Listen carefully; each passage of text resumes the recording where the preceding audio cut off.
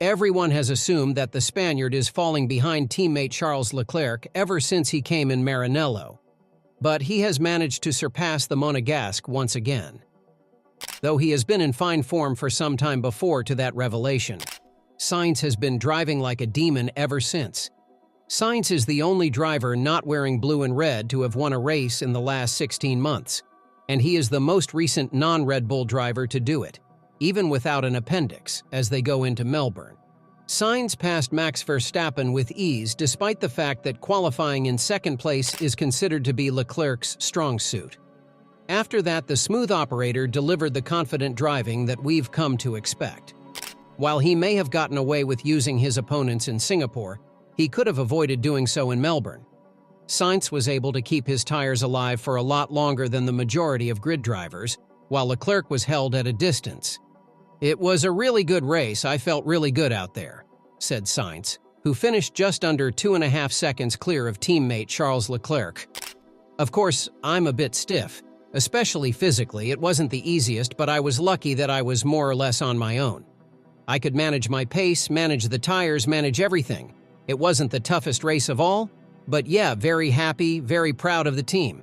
I'm happy to be in a 1-2 with Charles here. It shows that hard work pays off. Life sometimes is crazy. What happened at the beginning of year, then the podium in Bahrain, then the appendix, the comeback, the win.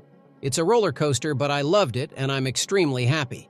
Following his successful use of the super powerful DRS to gain a run on Verstappen between turns 9 and 10, Sainz proceeded to describe what he saw as the Dutchman struggled to get going in the race.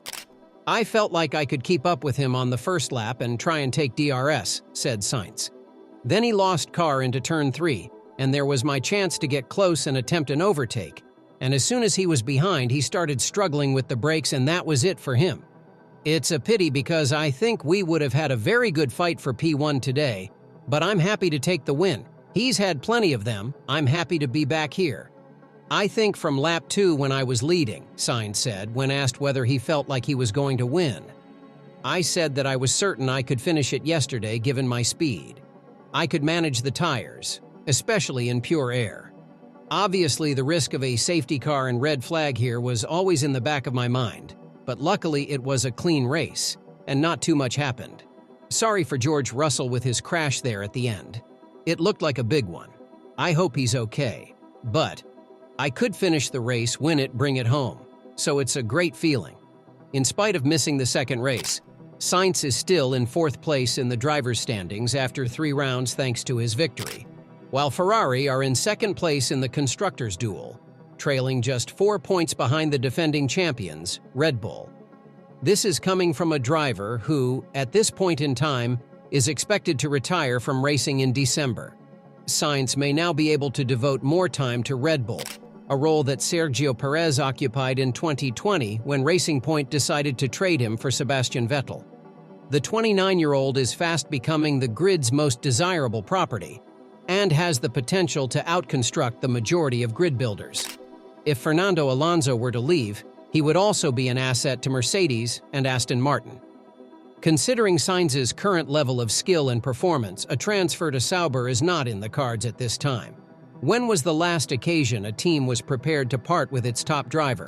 Fred Vasseur's kissy faces to the 7-time world champion and the general love-in with Hamilton are sure to have irritated Sainz. The fact that the team didn't say farewell in their statement shows how highly they regard their most recent race winner. Although Sainz spoke the right words at the season opener, his actions demonstrated that he meant business, demonstrating his professionalism. Sainz did not ask for permission to pass Leclerc. Instead, he grabbed what he thought was rightly his. Only Verstappen can say that he had a better start to the season than Sainz, and that was with Saudi Arabia being a rare case. While Hamilton has a good chance of succeeding and Ferrari will insist they are pleased with their choice, Sainz is now making himself difficult to ignore.